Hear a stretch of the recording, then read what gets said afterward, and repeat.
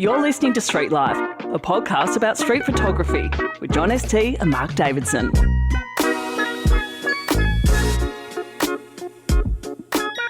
You're listening to Street Life. I'm Mark Davidson, a street photographer from Melbourne, Australia, and with me, as always, my little mate, Mr. John ST. How you doing?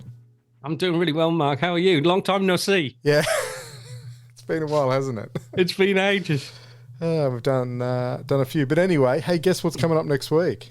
I think you're coming over to Melbourne to see. We're going to see each other in the flesh next week for Rosu. Was it number 6? Yes, apparently you guys have managed to talk the Sydney Mafia into organising a Rosu for you. They're coming down to Melbourne. They're going to have a grand old time, and they've secured an amazing spot, the rooftop bar in Swanston Street, which will be awesome. Hopefully it doesn't rain, but it's going to be... It's Melbourne, isn't it? There's a big possibility that could happen. Exactly, but I think it's going to be fantastic. It's an awesome lineup. They're all Melbourne street photographers. So David Nui, who won Gothenburg in the series category, which was amazing. Brilliant. Yeah, Hashim McAdam, who runs the Pushing Film channel on YouTube, which is awesome, and so many other people, you know, Renata Philippi, my mate, Penny Vickery, Sally Coggle, so many people. So if you're in Melbourne, come along next week, Thursday night. Is Ad Tamo doing it? No. Unless he's in the open call. I don't think. I'm going to actually be in it because I got talked into submitting some images for the open call, so I'm going to be in this one as well. Are you? That's yes, exciting. I'm like a serial Rosu person. Huh? How many times have you done it? Oh, probably 4 now, 3 or 4. You're a veteran. Yeah, and I'm going to come up to Melbourne for the first time since COVID. Oh, really? It's been ages, yeah. Oh, well, it hasn't changed too much. But, yeah, so no excuses for leaving town, Mark. You've got plenty of notice. And for people who don't know, I'm sure we've spoken about Rosu on the podcast before, but it's a sort of a guerrilla-style exhibition where your images are projected up on the wall, usually in just a random place on the street. But this time it is in a bar, but it's generally just on any wall in the street, isn't it? So, yeah, it's a good concept. They've got a set spot in Sydney that they do it, but when they first released it, they did it in a bar there. Mm-hmm. So and then they found a spot to be able to project the images just like you said, guerrilla style. But you know, they found a nice venue. Have you been to this venue before, Mark? Or? I have, yeah. In the flushes of youth when I used to stay out all night partying. I haven't when been you there were a pisshead. Right, okay. Yeah, nice. I haven't been for a while, but yeah, it should be good. But I've got to get up at 2 a.m. the next day, so it's going to be I might have to scarper early, but anyway. Mate. But it's over 2 nights, so come along Thursday, Friday night. Yeah, it is, and you've just dropped yourself in the poop there because you can't even ring in sick now, can you? Oh yeah, I've said it publicly. Yeah, right. Because everybody in the world listens to this podcast, Mark. Yes, even my boss. So if you don't rock up on the Friday, you're screwed. Yeah, that's going to be tough. You'll be attending your farewell party on Monday. But, what's this for? Surprise! Yes, Mark, we no longer need your services. No, it's going to be someone younger and fitter and with better ideas than you. So we're moving you on. It's time to move up the ladder. Yes. Well, you know. Oh well. I'll be there. Don't worry. I'll soldier on. But no, it'll be good to see you in the flesh. The first time that we've seen each other since Gothenburg in Sweden, ages ago. Which is which is a bit of a segue today because today's guest, John. Today, we're joined by Anna Lohmann. She's a German street photographer currently based in Hamburg, known for her vibrant approach to photography. Before fully embracing photography, Anna worked as a TV journalist in Spain and Germany. In 2020, Anna moved to London, where she discovered her passion for street photography. She describes her photographic process as high alert meditation, emphasizing a deep engagement with her surroundings. Anna has gained international recognition for her work, winning awards at events such as the Italian Street Photo Festival and Gothenburg Street Festival. It gives me great pleasure to welcome Anna to the Street Life podcast. Thanks for joining us, Anna. Hi, I'm so happy to be here. Thanks for having me. Anna, thank you so much for your time. I just wanted to start by saying that I just love your positive approach to street photography. We wanted to get you on the podcast because let's face it, we all need a bit of positivity in our lives. I heard you say in the past that it's not the camera that takes a good photo, it's your mindset. So we'll get into that a little bit later. But first, can you describe a little bit about your journey, how you got into street photography and what initially drew you to the art form? Oh, when you just mentioned it's so rainy in Melbourne all the time, I immediately had to think about the London rain. So like when in 2020 I moved to London and it was raining all the time. I mean, not so much different from Hamburg, to be honest, but it was very cold and chilly winds and raining. And I was like, okay, I need shelter somewhere. And I just headed into a bookshop. And then I always had a loose interest in photography. So I browsed the photography bookshelf and I just grabbed randomly 2 books. And it was about street photography. It was Street Photography Now and I think 100 Great Street Photographs. So both compilations with different images and from different photographers. And I was flickering through and it was like, it really hit me like a buzz. It was, wow, that's what I want to do. Immediately, instantly, in that moment, I knew that's what I want to do. I was already seeing those scenes and moments and enjoying like a color match or a funny juxtaposition or something, but I didn't know there were names for it. And I even had no idea you could take photos of it. And maybe because I'm German and maybe also because I work for television, I was so restricted in my head that I couldn't take photos of strangers without asking for permission. So it was like, no, you could do that. I can't do that. But then I saw it, yeah, people are doing it. And then I did some research and yeah, even in Germany, it's legal to do that. Yeah, and then I started. I went out, I bought a camera, I booked a workshop and started off. That's incredible. I mean, you know, for you to just go in there, pick up a book and bang, like a thunderbolt hits you and you're hooked instantly. That's a really, really great way to get into it. And do you remember any of the photos that you saw that day? I remember it was from, there was one from Niels Jorgensen. Maybe you know him. I think he's living in London. It was like on the floor, something spilled. I don't know, red wine or something like that. And people just stepping over it. And I was like, wow, this is such a great observation because first you could think, oh, it's just ugly and like dirt and, you know, but it was such an interesting scene. It could be a murder scene or what is it? And it raises questions in my head. And as a journalist, normally if I report, I should answer questions with the report so that the viewer would know more afterwards. But with street photography, I can just flip it around. So I can raise questions and I love to create confusion. Yeah, this was one of the images I was like, oh yeah, that's really funny. You can do that. So had you ever been a photographer before that? Like you said, you went in, you picked up a street photography book, you flicked through it, it spoke to you, and then you went and bought a camera. But had you always taken pictures of other things? Or was it just literally something new that you went, oh, I want to add that other string to my bow and become a street photographer? Yeah, you know, I was more like the typical holiday shooter. So on travels, I would then take some pictures or the classic when there's some family holidays, Christmas. I'm not on any of the photos because I was the one taking the shots. Yeah. You know, but that was more or less all. But I think due to my work as a TV journalist and also therefore I was sometimes filming myself. So using the camera in that way. So I was used to think in images. But yeah, I never really considered photography. And you are self-taught, Anna, so tell us what that process looked like. Was a lot of YouTube rabbit holes or a lot of reading? How did you brush up on your skills? No, honestly, it was more learning by doing. So I didn't use a lot of YouTube, maybe a bit for what are the settings. I remember before I discovered street photography, I wanted to go to Iceland and shoot the Northern Lights. So I thought, on that trip, if it happens that I can see the Northern Light, I want to take photos of it. And therefore, I bought a camera, an old, I don't know, Canon, I don't know, a DSLR. But then it was like I had like a, how do you call that? A menu, how to do it with f-stop I should take, with shutter speed. But I was like, yeah, okay, but what does that mean? I have no clue. And how can I tell my camera to do that? I really didn't know anything. And then I booked a weekend course, camera basics for beginners. So to get me started with the technical things so that I knew what I'm doing, that was really helpful. And then I didn't do any photography for years. And then when I started out with street, I started with a workshop. that was good for the way how to look at things, how to see things. But yeah, the technical things, I think I did it. I just tried things out. And then, for example, I was like, I want to get this crisp silhouette. How can I do that? Then I would go to YouTube or Google it. What are the recipes for that? And then I would just go and try it out.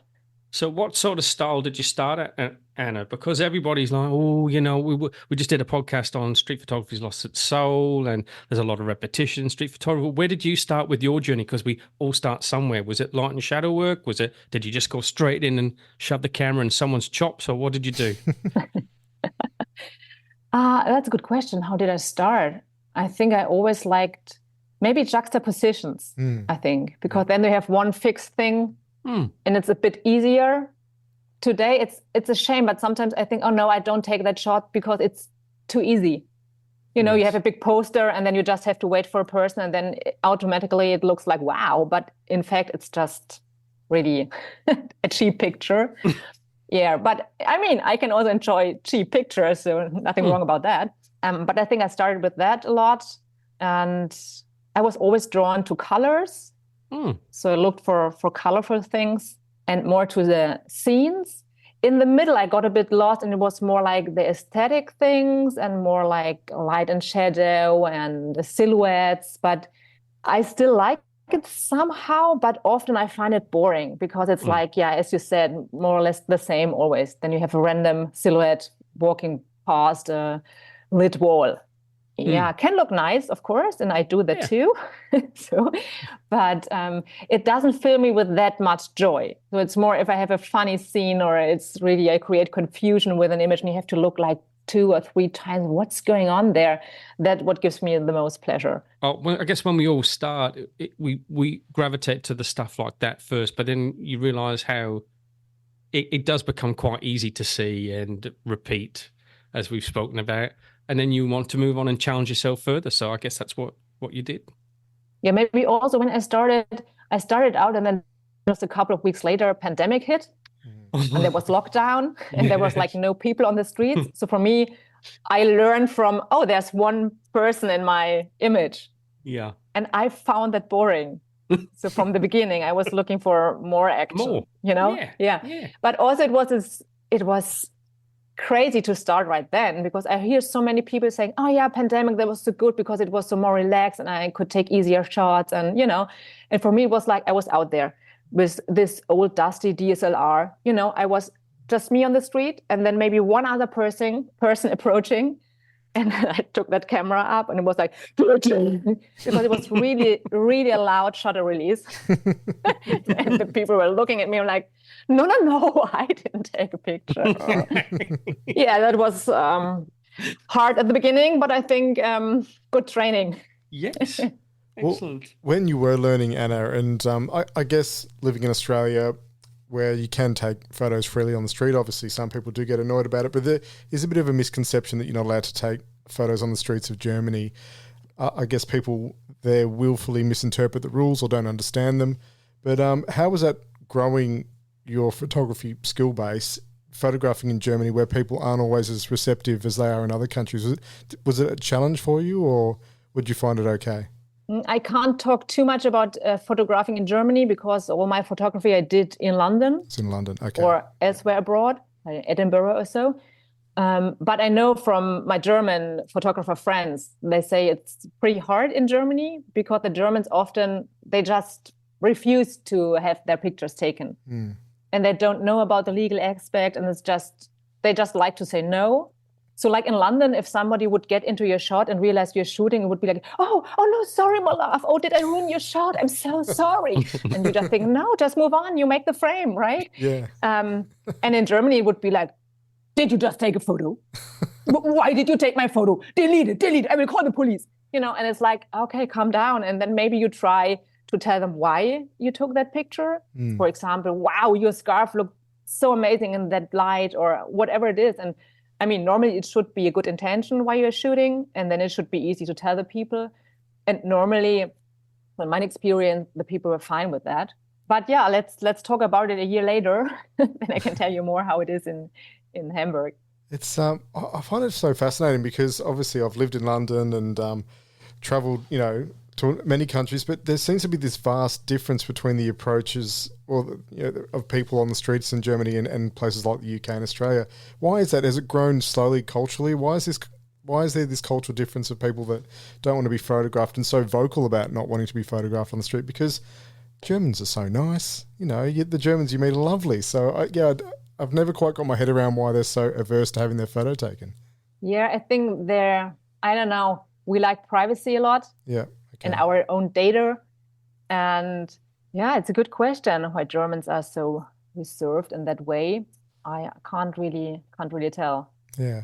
No, it's just, it's pretty new that street photography, there was a judge ruling out that street photography is art and that you have the freedom of art to do it. So it's allowed and legal and fine to take pictures of strangers on the street, in the public, and of course in certain circumstances you shouldn't offend anyone or harm anyone or molest or of course, but then you have to weigh and balance the two rights of privacy and the right on your own picture, and also the right of an artist to express what he wants to express, and that's not in the head of Germans. We are not so much the artists, I think. You said that, Anna, not but I was quite surprised when we spoke after Gothenburg, after you did your talk. I came and had a bit of a chat to you, and I was quite surprised when you did say that it is legal in Germany to do street photography and take photos of people, because that even myself, and I don't know about you, Mark, but I've always under the impression that it was illegal and you weren't technically allowed to do it. Following a couple of other YouTubers and stuff, Samuel Street Life, I got the impression that was the case, that you couldn't really do it. It wasn't legal. No, but it's more nuanced than that, yeah. Right, okay. Yeah, I think a lot of Germans also think it's not legal. Yes. That's why they get so angry. Yeah. But I don't know. I shot several times in Germany, and I never had that somebody was like, what did you do? I think it also depends on how you approach the people. Yeah. If you look like super grim and you're doing something maybe odd, then maybe they react a bit odd too. Yeah. But if you're friendly and often you're always normal, just a smile, it helps a lot if you just smile. Or if you just pretend you keep shooting something behind them, that often helps too. So I just didn't see them at all. Or using the viewfinder, and then I feel like nobody can see me, I'm invisible. Yes. Also, you're more visible as a photographer if you use it, but somehow it feels like, because you don't have the direct eye contact, it's through a lens. Exactly. So, yeah, I never had a problem so far in Germany.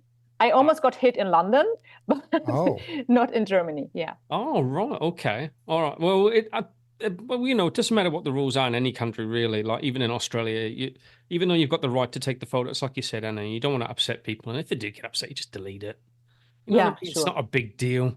But it's true. You said your technique is everything, because, I've watched a lot of Samuel Street Life, who we've had on the podcast, and he doesn't seem to ever have that many issues with people screaming at him. And yet he went out with Tatsuya Suzuki from Japan, who had a very different style of shooting, and he got shouted at a lot. So, wow.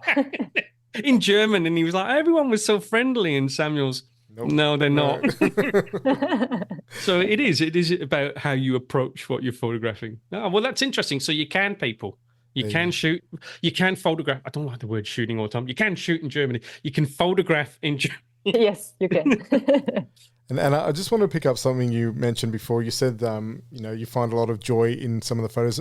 I think looking at your work, there's so much humour in there. How much of a role does humour play in what you capture?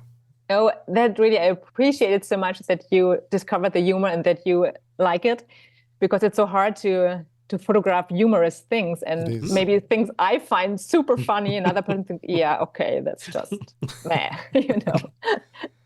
Yeah, no, humor is, I think it's because I think that as a photographer, you always tell a lot of yourself in a photo. Mm-hmm. So it's kind of, another person said it's like a self-portrait each time, because you reveal something about your own personality or your mood on that day. And I love humor. I love to laugh and to see the funny things. And I think that's why I like to transport that in my photography too. So you've just depressed me there, because if that's true, my work's so grim and dark and black and white, and it's oh no, I'm not. I'm happy, I swear. I'm not going through. Yeah, but maybe it's crisis. just your counterpart. Yeah. For example, in work, I used to do like a lot of harder topics like domestic violence or abuse against children and things like that. But as a counterpart, I also had I was working for a satire program. To have also you need a mixture. So maybe you are super funny and relaxed in your private life, and then in photography you just need to have the other side. Yes, let's go with that. Or you're just doomed. or he could just be a dark, depressed person, and that's how he sees the world, Anna. But I think how you've framed that is beautifully put. Yes. Yeah. He's just exploring a different side of him. Yeah, he's a happy-go-lucky chappy all the time, Mark. I think so. Yeah, well, you are. Generally, you are. Well, So, Anna, you refer to your photography approach as high alert meditation. Can you explain what this means and how it influences your work in that regard? So for me, when I'm out, the ideal scenery is I really have a couple of hours for myself and to be out on the street, just my camera and me. And then I really tune in and get into that flow. And then all my senses are super on. Like, wow, I'm listening. I can't understand people having headphones on, for example, photographing. Yeah. I couldn't do that because I would miss things. You hear laughter, you hear, oh, there's a skateboard coming. Maybe I turn around and get that shot or something, I think sounds are important. Also like something smelling interestingly, and you think, oh, what is that? Let's have a look at it. And of course, looking, observing and scanning for each detail. I know it's like, super intense and exhausting, but at the same time, it's like meditation. I'm completely with myself, and my mind is so addressed and at peace. I don't have any to-do lists in my head or some issues, political or what's going on in the world. No, it's just that moment, and I just can let go. It's so peaceful. But at the same time, it's high alert. I see, oh, there's a scene. Oh, this is happening. Oh, I can anticipate this guy in the orange jumper is now walking over that orange advertisement. Oh, and there's even someone with an orange bag. Oh, I will get that, and I go there. And it's a bit annoying. I think, John, I talked to your wife. If you have people with you that are not into street photography. And then it's hard for me to control myself then not to go there. So I'm getting better in that. Not to annoy the other people too much, but sometimes you just have to do it, right? Yeah, you just have to go there. But Anna, it's even when I always have my camera with me all the time, pretty much all the time, and I've tried not to take it when I go out with my wife, but I can't switch off.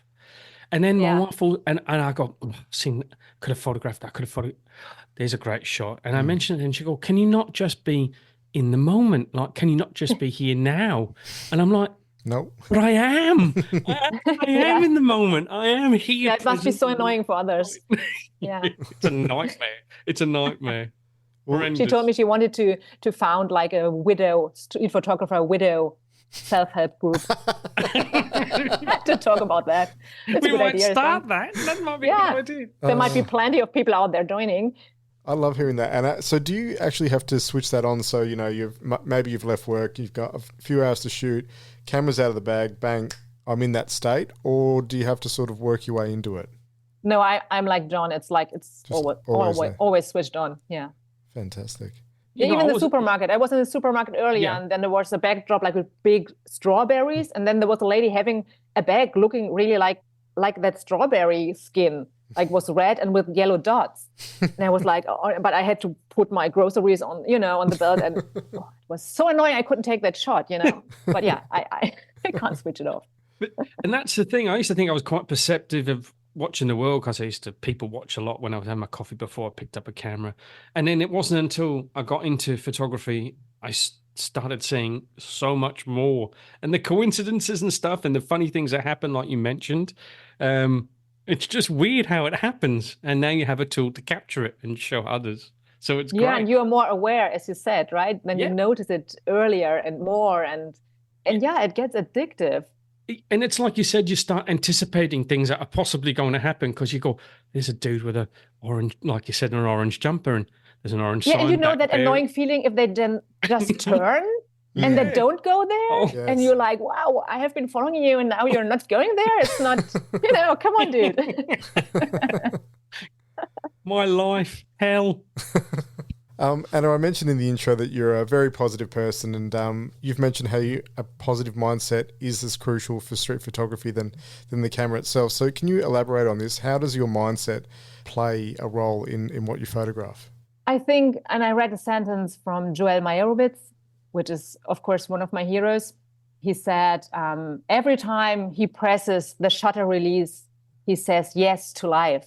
So, and I think the same. It's like, so street is not only a genre for me, it's not a style of photography, it's more a whole, how you look at life. And if you look positive at things, I think you will get a lot more positive back. Like what we talked earlier about, if you see someone on the street and you're taking their picture and you smile, it's so much easier if you're open and good. And if you think good things can happen, I think this positive mindset makes you more aware for the positive things, to see them, to notice them, but also for them, to happen, in fact.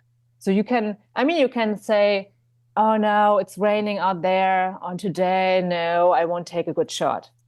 Yeah, if you think you won't take a good shot, then you probably won't.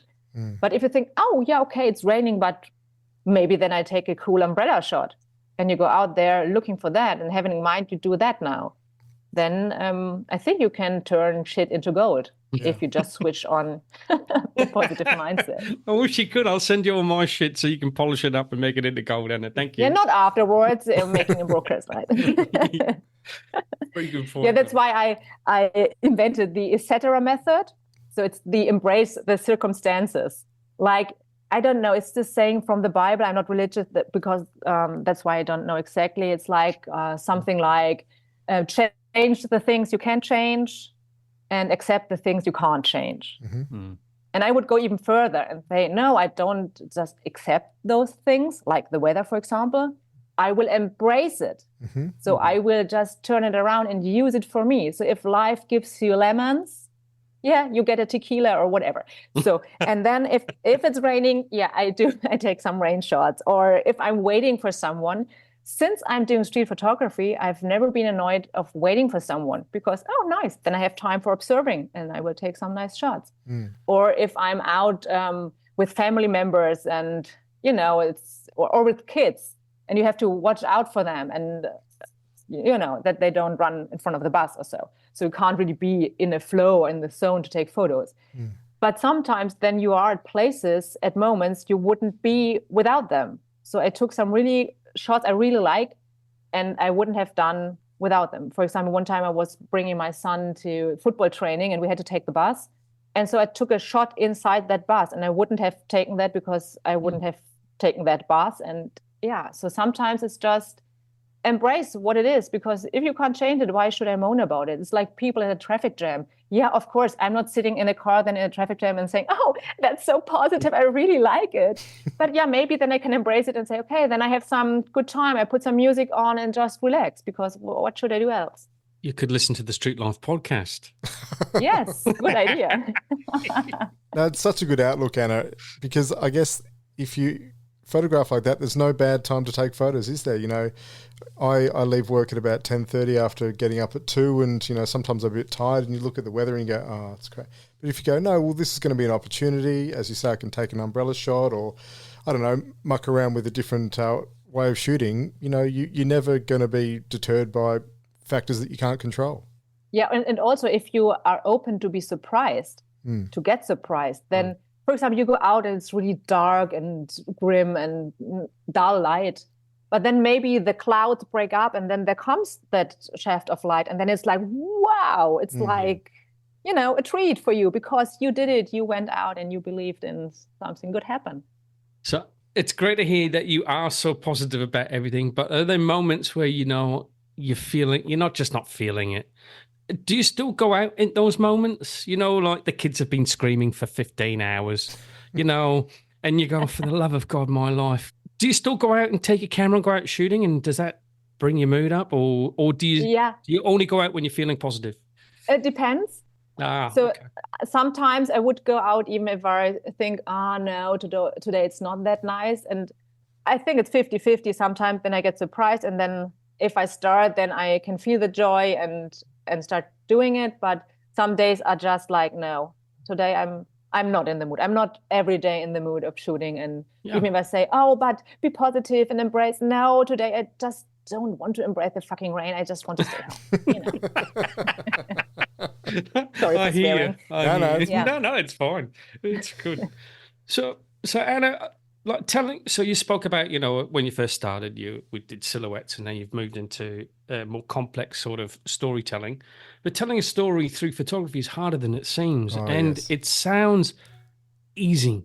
And of course, when we first learned, everyone said, when you take a photo, it has to tell a story. But what does storytelling play in your photography, and how do you aim to convey stories through your images?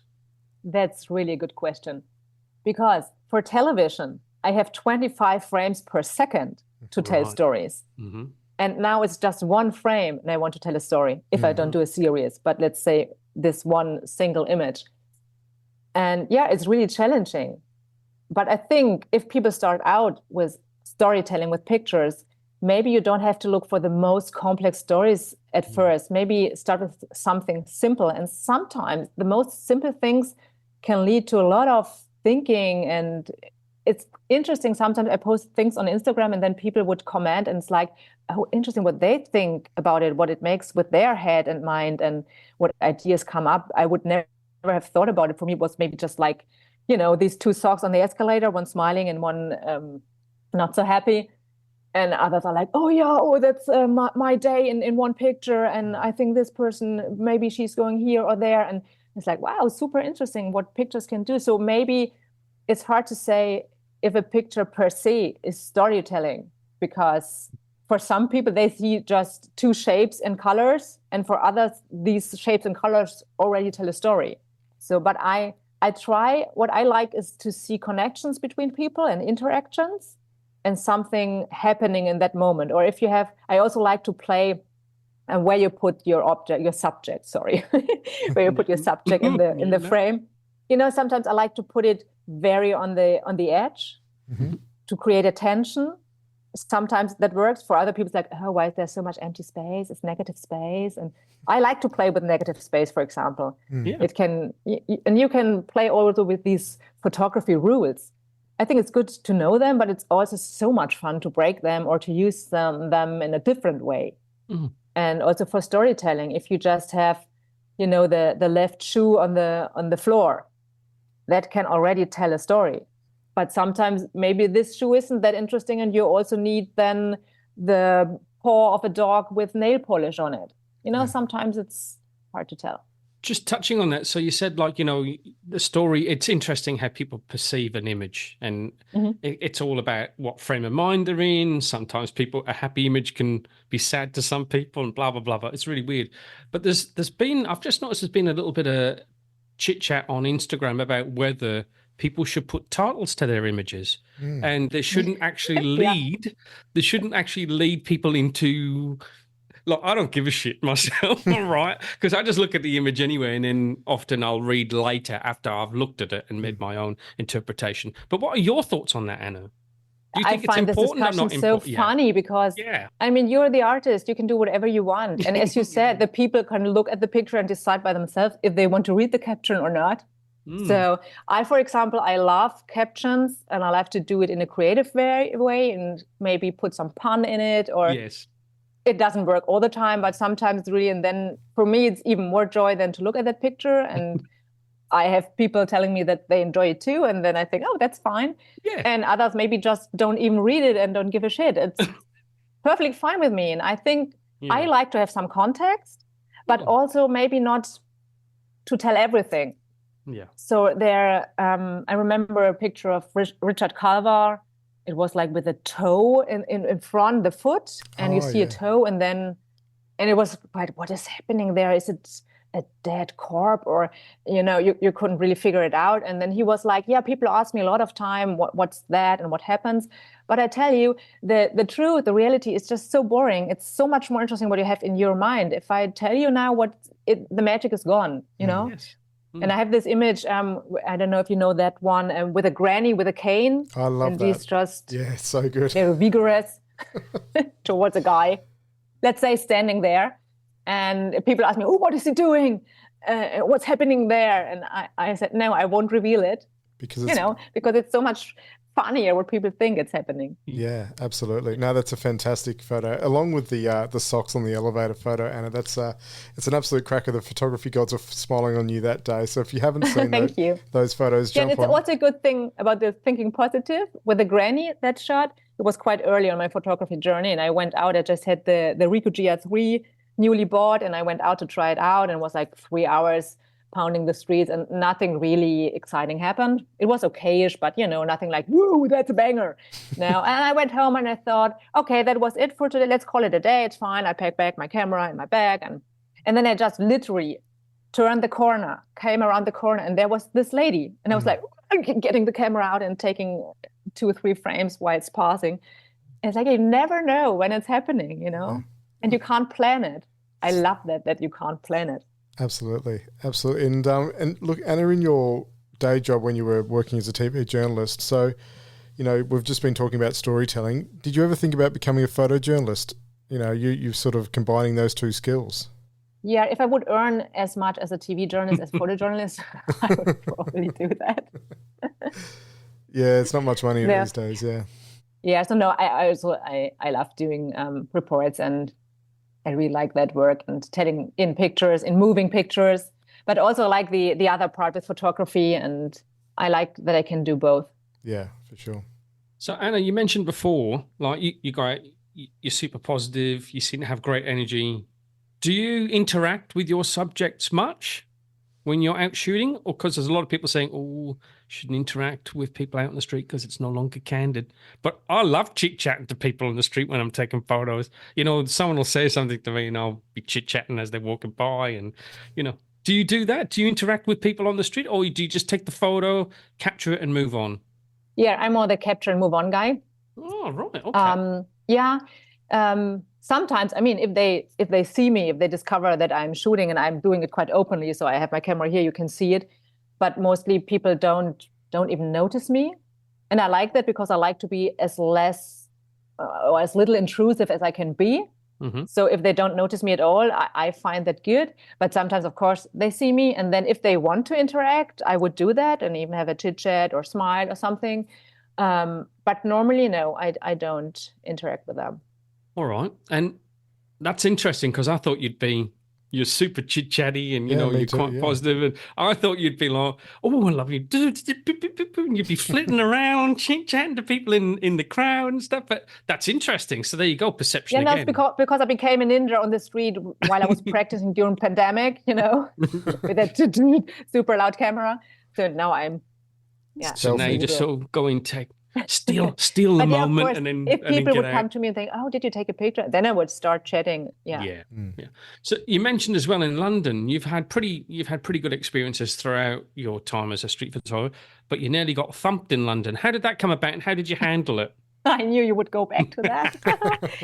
And it was really very at the beginning. I was into street photography like for weeks, maybe 2 months or so. And it was on Portobello Road. There's a famous flea market and a nice scenery. And there was a cafe, and there was a super colorful backdrop.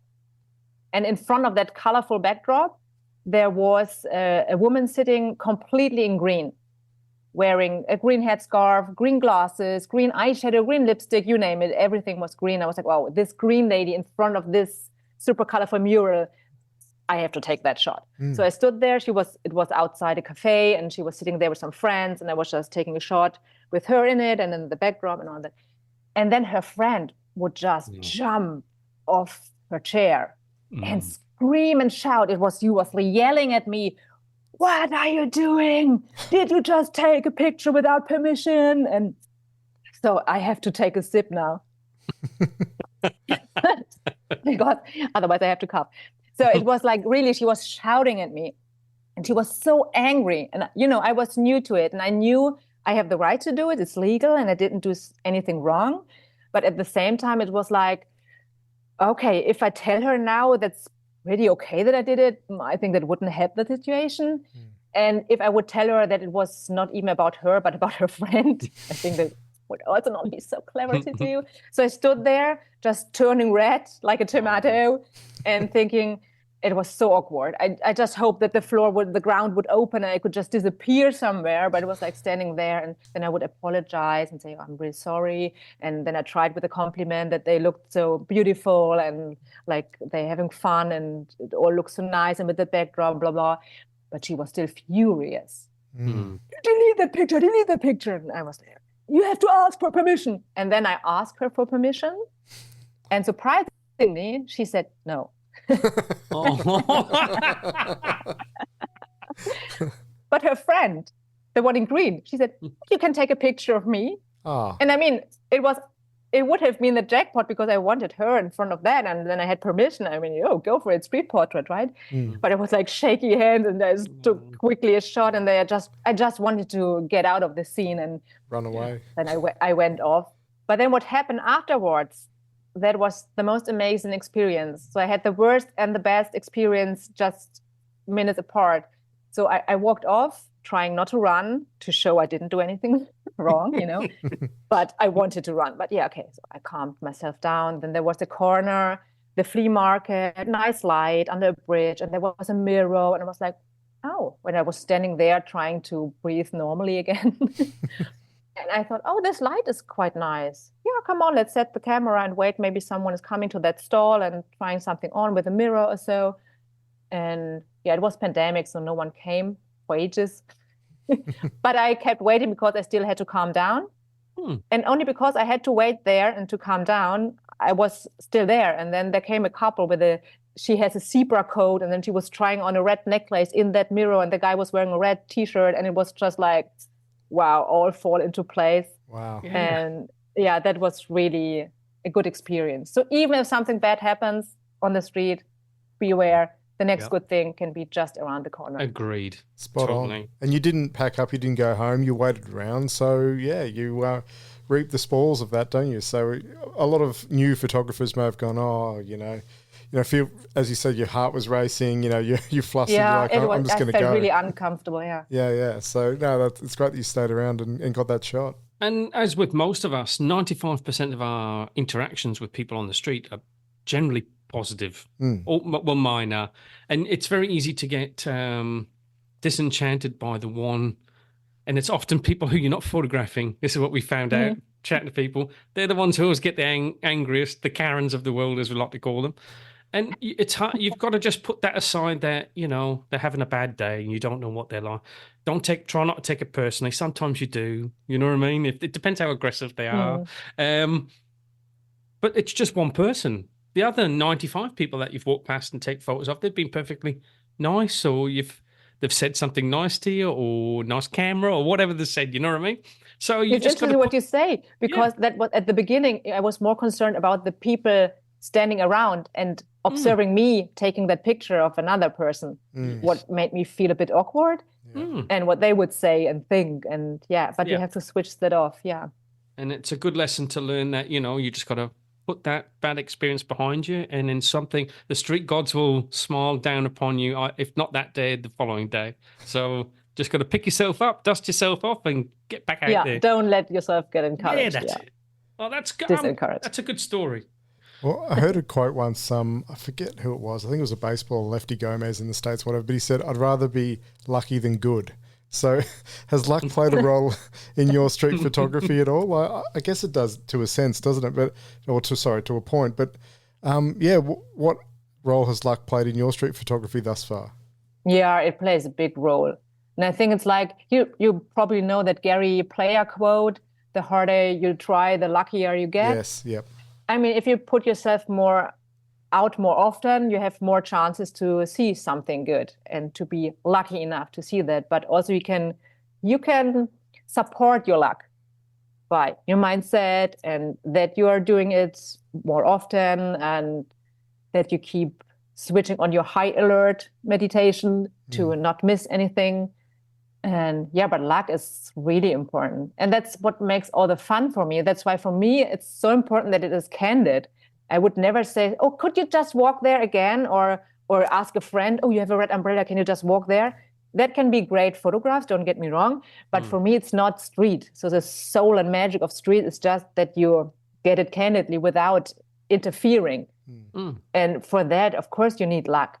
It helps if you have imagination and if you can anticipate and you have maybe already an idea what could work in that scene. But at the same time, you have to be open that something completely different could happen. And I mean, these are the best things, right? If you think, oh, here's, let's go back to that orange backdrop. And if you think, oh, and if he would part, that would be great. But then suddenly there comes the unicorn dancing on the street. Even better. So I take that, Spot on. And it's right. There's lots of people who do set up photos, street photos, and they look visually great. But for me, the excitement is capturing something by chance. Yeah, that's the buzz. Absolutely. You can get a great photo, but just to capture it, that split second when it just happened, and a lot of it is just being at the right place at the right time. Also, like color magic, right? Sometimes I think, oh, it's so amazing, and then you learn, oh, it's with Photoshop. They just adjusted the colors. No, guys, that's not a color match. Yes, spot on. That's not what it's about. I moved the sliders. It has to be there in real, Well, he was wearing red, but now it looks orange and it matches that sign. Well, I think Chris Harrison said that. Chris Harrison was another guest we've had on the podcast, and he spoke at Gothenburg as well. And with that famous Coca-Cola cup shot with the wave that connects with the logo, and someone, he waited 40 minutes to get that shot, and someone said, oh, you can just Photoshop that. It's like, but I wouldn't do that. No, that's not about it. Yeah. It's where's all the fun, Yeah, where's the challenge? It's like a game that we play, isn't it, when we go out? It's a game. Yeah, also, if someone is going fishing, you don't tell him, oh, just buy the fish and then take a photo of the fish. That's true. You want to catch it yourself, right? Yeah, exactly. And I think there are some people that do that. I think there are. Hold the fish up like that. Yeah. Oh, dear. Yeah. Also, when I then look at my photo and I know it was for real like that, and I was there in that very moment, and as you said, the street photography gods were with me in that moment. Exactly. It just fills me with so much joy. Yeah, and you get that one shot, and it just makes you want to go out the next day and get the next one, and you go out with such it's going to happen, and hopefully it will fuel you with more energy. Yeah, for the next rounds. So Anna, you've been talking about you haven't been doing it for that long, like Mark and ourselves really, since 2020. So it's pretty new, about 4 or 5 years. You've had a moderate amount of success, I would say. You've won some competitions, and you've been guest speakers at wonderful festivals like Gothenburg. What advice would you give aspiring street photographers looking at developing their own style and approach? You've sort of had a rapid rise. Give us a bit of advice for other people out there. You mean how to find your own voice? Yeah, how did you find it? Like 4 years photographing and getting to the standard that you've got is pretty quick for someone who never really photographed before, other than the old family stuff. It's not easy to do street photography. Yeah, that's true. But I'm a kind of maniac. I really got into it, and I'm only doing street photography. I'm not doing landscape or portraits or wedding photography as well. I just do street photography. I think that's a thing. If you're really obsessed with something, it can help. Maybe not with your social life, but with your photography. Or with your partner. Yeah, that's a different story. So, no, all good. And so that helps, of course, if you focus on something. And with the voice, I think you can just try out. Because I also did things like, then I started Instagram. I started only because of street photography, because I wanted to share my images and see the reactions. Is it good or, And then at the beginning, then I realized, the silhouettes got more likes than the other scenes. And then maybe I post them. And I had a picture I really liked because it was a terrific scene, in my opinion, at least. But it didn't get any likes because also it's super tiny on the phone. But maybe it wasn't, people didn't like that much. And then first I thought, okay, then I post more silhouettes because then I get more likes. But it was like, no, wait, but I'm doing it for myself. I just do it because I enjoy it. And why should I just do silhouettes now? if I don't enjoy it that much. But I had to learn that. So I tried out, but it felt wrong. And so I moved on and got back to the things I enjoy more. And I think it's as simple as that. Do what makes you happy, what you like. It's always when I give a workshop, I tell my students, what is a good street photograph? They will ask. And then I say, a good street photograph is when you think it's a good photo. Then it is a good photo. Yeah. Because you only have to please yourself. Spot on. Except you enter it for competitions, then you got to please the judges. Consider the judge. Well, and just I guess picking up on that, we don't often talk about goals on this podcast, but you know, as John mentioned, and as you just mentioned there, you've won a few competitions, you teach workshops. Where do you see photography going for you? What do you want to do in 5 years' time? I mean, we talk a lot about books and zines. Is that something that's starting to sort of occupy your mind? You want to release a book maybe, or? Yeah, it would be great one day to release a book. For me, it's like I'm a deadline sucker. So without a deadline, I don't get anything done. Right. I recently bought a book. It's called Don't Read That Book. I forgot the author, but I mean, they were quite catchy title, right? I was like, okay, I really have to read that book now. And it was about, for creative people, how to focus on single things. Because I don't know about you, but in my case, it's like, I have this idea and that idea, I could do this and that, and maybe this project. And then you end up with like 20 loose ends and nothing will ever really materialize because it's too much. And I talked about that one day with Matt Stewart. And he said, no, that's not a bad thing. That's how creative people are. That's how our minds work. And then when I stopped thinking about myself being chaotic, but being creative, that already helped a lot, like positive mindset, to see it. You just reframe it, rename it. It's not chaotic, it's creative. That helped.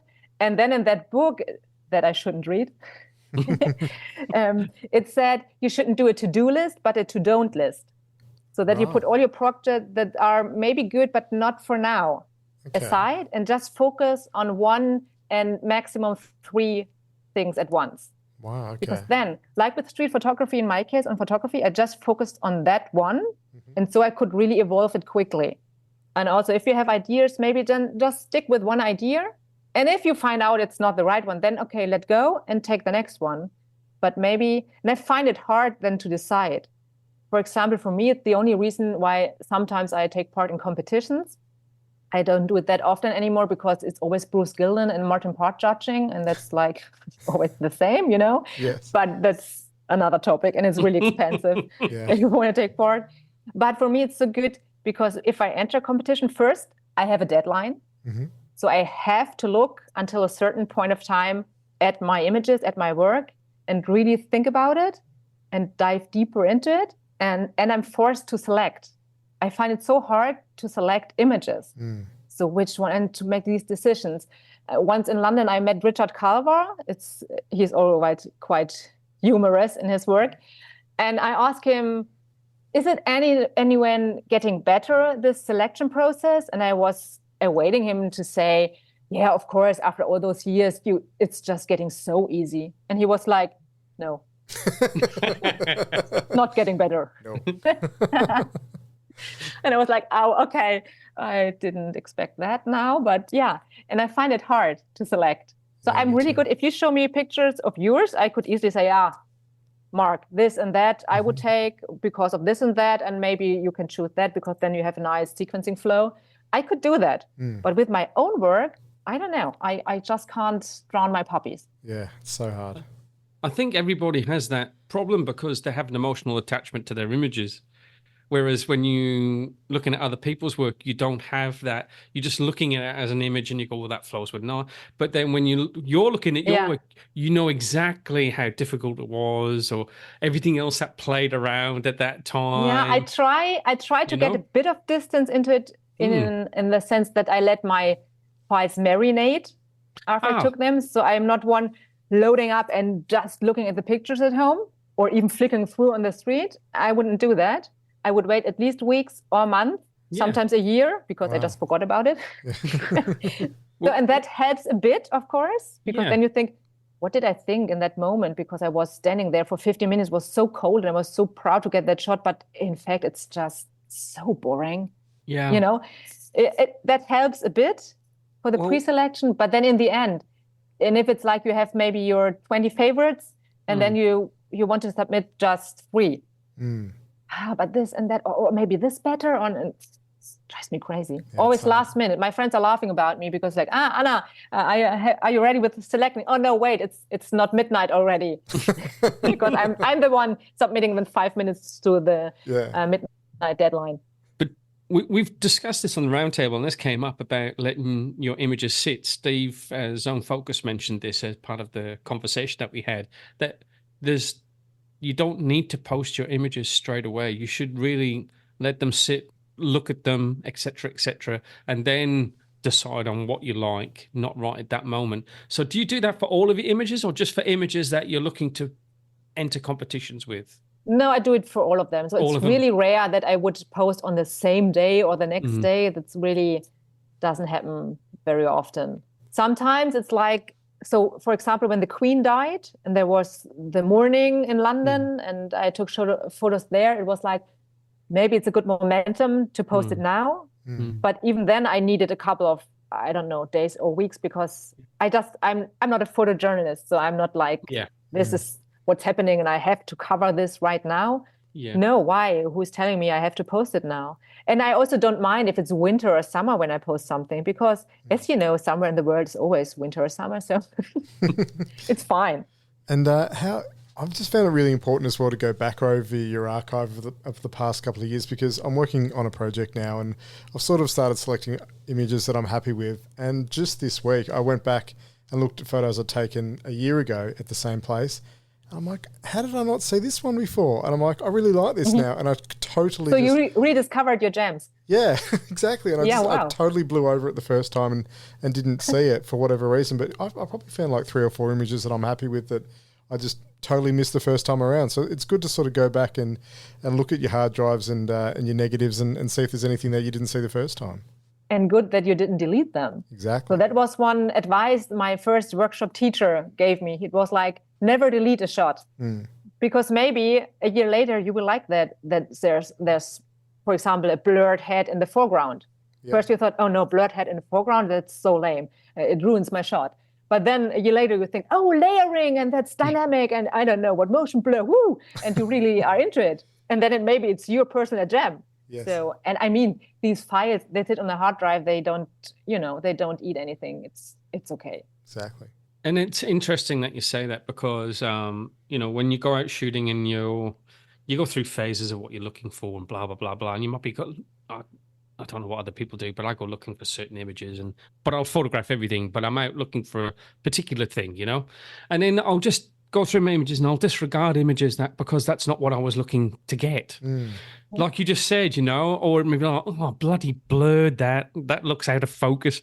But sometimes that's more interesting, because you were always looking for everything to be super sharp and everything to be perfect in the frame. And, when there's certain phases that you're going through. Or maybe you would have cropped out something and then you think, no, this hand reaching and it's just fun. It just makes the picture. Yeah, it just adds more to the story. There it is again, So that's interesting. That's great. So, Anna, you've also mentioned you've done a lot of workshops. Now, there's lots of people who do workshops and there's people who go, nah. Now, you don't need to mention anybody's names, or you can if you want. But have you done, it sounds like you've done quite a few, and have you found them quite beneficial, and why? So I didn't do too many, maybe a handful. Okay. But I tried different things. For example, you probably know Mark Fernley in London. He's doing fine art. And I was like, I'm not so into fine art and this black and white. But then I thought, but just do a workshop and try it out. Because his images are great. And why not learning this method? And then I did that work. It was really a good workshop. And he's a super nice guy and really he knows what he's talking about. And so it was well invested money. But it was in the end just a confirmation for me that this is not my style. Yes. But I could take away some of the ingredients. So if I do no more looking for scenery, but I can also try to use leading lines or something more conscious, with more conscious. So, and then I did a workshop with one guy in London. It was more like a street walk. So there was not so much teaching, but he had assignments on the way. And I was at the beginning. So for me, it was enough challenge to shoot a puddle reflection that was like, woo, I'm kneeling down and doing that now. So that was okay. This guy recently threw me out of the Facebook group. Oh, because I dared to offer workshops. Really? And he told me he has to protect his brand, and so I can't be a member of this Facebook group anymore. Oh. And I was like, oh, okay, fine. Okay, so you've had good... I must be a threat for him, but okay. That's so rare. I'm fine with that. Yeah, it's so rare in the street photography community to hear that, because generally people are so positive and, supportive. Yeah, supportive, absolutely. So that's a shame. Yeah. So, but the workshop was okay. And also I met another participant now is one of my best friends. So it was worth going there, And that's the other thing I was going to ask you. Have you met some great people through participating in the workshops that you would not have necessarily met? Like, and it builds up your network and... Yeah, it did. And also it opens your mind. If you see different people, how they are teaching, for example, even for the workshop I'm giving now, it's like, I know as a student what I want, what's helpful, what guided me, what was good, what did I like. And so that's helpful for that. Yeah. And do you know Polly Rosen? Yeah. So she's really also a lot of light and working with light and shadows and filled frames. And she's really not only a good photographer and really, really nice person. She also is so good in teaching. I had a workshop, and on that workshop day, and I already told her, so it's fine to tell it here, I thought it's the most boring workshop I ever did, and it doesn't give me anything. But she was telling things, and she was saying, okay, maybe this doesn't hit right now, but maybe the brain needs a couple of weeks to process all the information, because it was about Gestalt psychology and how you compose pictures. And it was like, you should do a segmentation so the people don't overlap. Yeah, interesting.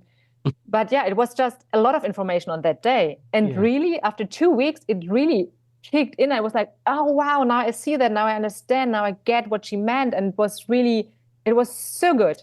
Really so good. It was the best workshop I did, I think, was with Polly. And then I did another really good workshop with Matt Stewart. It was during COVID. It was an online 6-week-long course, and it was mainly about sequencing, because I was looking to improve other skills. If you want storytelling, and then maybe with different pictures, multiple pictures, and not only one. Yeah, so I always recommend not to invest your money in gear first, but more in workshops, in practice, in books, books and stuff. Yeah. And you hear that, listeners? Good. Go and invest your money in Anna's workshop.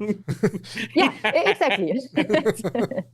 Well, have you got one-to-one. So have you got any workshops coming up, Anna? Yeah, next year. I will then start again. Keep an eye out for them. Yeah. Yeah. Fantastic. Well, Anna, we have blasted right through our allotted time. We're well over the hour mark now. So thank you so much for joining. I told you. It goes so quickly. It does. Anna, we always leave the podcast with one final question. If you could go and shoot anywhere in the world tomorrow, where would you go and why? Anywhere. So it would either be, I think, somewhere in India because of the light and the colors. Or I would love to go back to Bangkok. I was there on holidays for, 10 years ago or so. And I was just snapping around and I saw these markets at night. And I think I would love now, with the eye of a street photographer, to do night shooting there. Nice. Also because I normally don't do night shooting, would be something new. And then this atmosphere on the market was just so good. But I didn't dare to take shots of the people because I was afraid, what would they think? I wouldn't be afraid now. So yeah, I think I would choose Bangkok. Fantastic. Go back for... Have you been there? I have been there, not really to shoot, but I've been there quite a bit. My mum used to live there. And everyone's going there for what's it called? Songkram now, that water fight festival that everyone seems to be shooting. So maybe put in the diary for next year and head out to Thailand. That'd be awesome. Oh, sounds good. Anna, thank you so much. We really appreciate your time. It's fascinating talking to you. As I said, you're such a positive person and people are going to get a lot out of the chat. So thank you for spending an hour with us today. Yeah, thank you so much for having me. It's been great. It's been an absolute pleasure, Anna. Thanks for giving us your time to chat with us. My pleasure. See you soon.